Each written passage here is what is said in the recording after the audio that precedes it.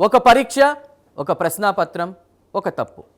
సాధారణంగా ఇలాంటి సంఘటనలు అక్కడితో ముగిసిపోతాయి. కానీ ఈసారి మాత్రం పరీక్షా హాల్లో జరిగిన ఒక చిన్న సంఘటన నేరుగా పోలీస్ స్టేషన్ వరకు వెళ్ళింది.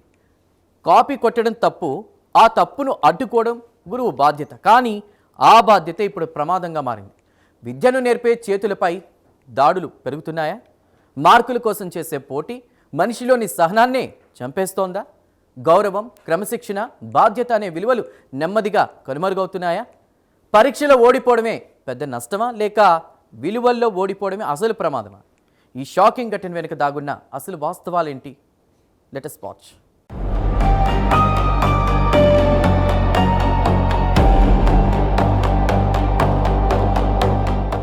ఒకప్పుడు గురువు కనిపిస్తే విద్యార్థులు గౌరవంగా తల వంచేవారు. తప్పు చేస్తే మందలించినా అది తమ భవిష్యత్తు కోసమేనని అర్థం చేసుకునేవారు. కానీ ఇప్పుడు కొన్ని చోట్ల పరిస్థితులు పూర్తిగా మారిపోతున్నాయి. విద్యను నేర్పించిన తరగతి గదుల్లోనే విలువలు ప్రశ్నార్థకంగా మారుతున్నాయి. పరీక్షలో కాపీ కొట్టొద్దని చెప్పిన గురువునే విద్యార్థి ఆగ్రహానికి గురవుతున్నాడు. క్రమశిక్షణను కాపాడాలని ప్రయత్నించిన అధ్యాపకుడే దాడికి లక్ష్యంగా మారుతున్నాడు. నిర్మల్ జిల్లాలో జరిగిన ఈ ఘటన విద్యా సంస్థల్లో పెరుగుతున్న అసహనానికి, క్రమశిక్షణ లోపానికి అద్దం పడుతోంది.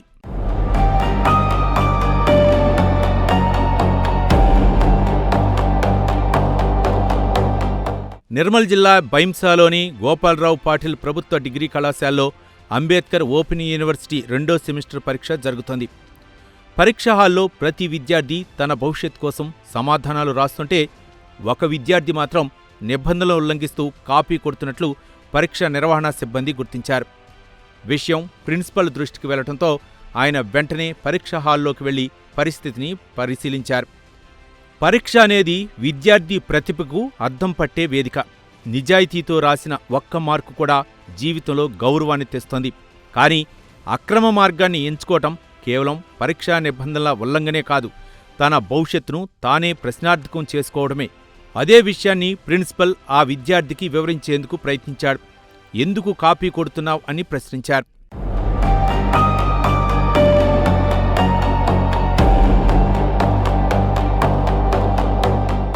ప్రిన్సిపల్ ప్రశ్నించడంతో ఒక్కసారిగా ఆగ్రహానికి లోనయ్యాడు.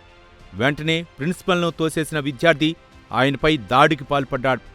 అంతటితో ఆగకుండా పరీక్షాపత్రాన్ని కూడా చించివేసినట్లు సమాచారం. పరీక్షా కేంద్రంలో ఒక్కసారిగా ఉద్రిక్త పరిస్థితులు నెలకొన్నాయి.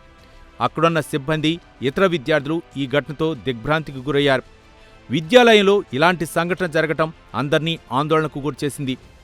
గురువు అంటే పాఠాలు చెప్పే వ్యక్తి మాత్రమే కాదు, జీవితానికి దారి చూపే మార్గదర్శి. విద్యార్థి చేసిన తప్పును సరిదిద్దే బాధ్యత కూడా గురువుదే. అలాంటి గురువుపైనే చేయి చేసుకోవటం వ్యక్తిగత కోపం మాత్రమే కాదు, విద్యా వ్యవస్థలో విలువలు ఎలా మారుతున్నాయో చూపించే సంఘటనగా పలువురు అభిప్రాయపడుతున్నారు.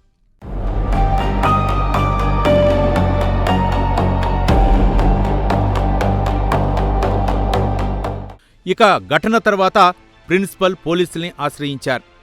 తనపై దాడి చేసిన విద్యార్థిపై ఫిర్యాదు చేశారు. కేసు నమోదు చేసిన పోలీసులు ఘటనకు సంబంధించిన వివరాలను సేకరిస్తూ దర్యాప్తును ప్రారంభించారు. పరీక్షా కేంద్రంలో ఉన్న సిబ్బంది, ప్రత్యక్ష సాక్షుల వాంగ్మూలాలు నమోదు చేసే ప్రక్రియ కొనసాగుతోంది.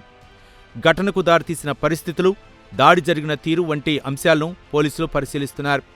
ఈ సంఘటన ఒక వ్యక్తిపై జరిగిన దాడిగా మాత్రమే చూడటం లేదు. విద్యా సంస్థలో క్రమశిక్షణ, పరస్పర గౌరవం, బాధ్యత వంటి విలువలు ఎంత ముఖ్యమో మరోసారి గుర్తు చేస్తోంది.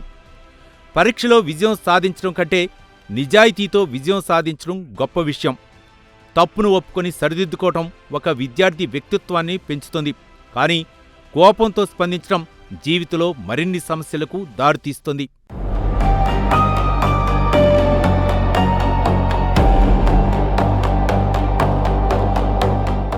పరీక్షలో వచ్చినటువంటి మార్కులు జీవితాన్ని నిర్ణయించుకుపోవచ్చు. కానీ పరీక్షలో చూపించే విలువలు మాత్రం మనిషి వ్యక్తిత్వాన్ని నిర్ణయిస్తాయి.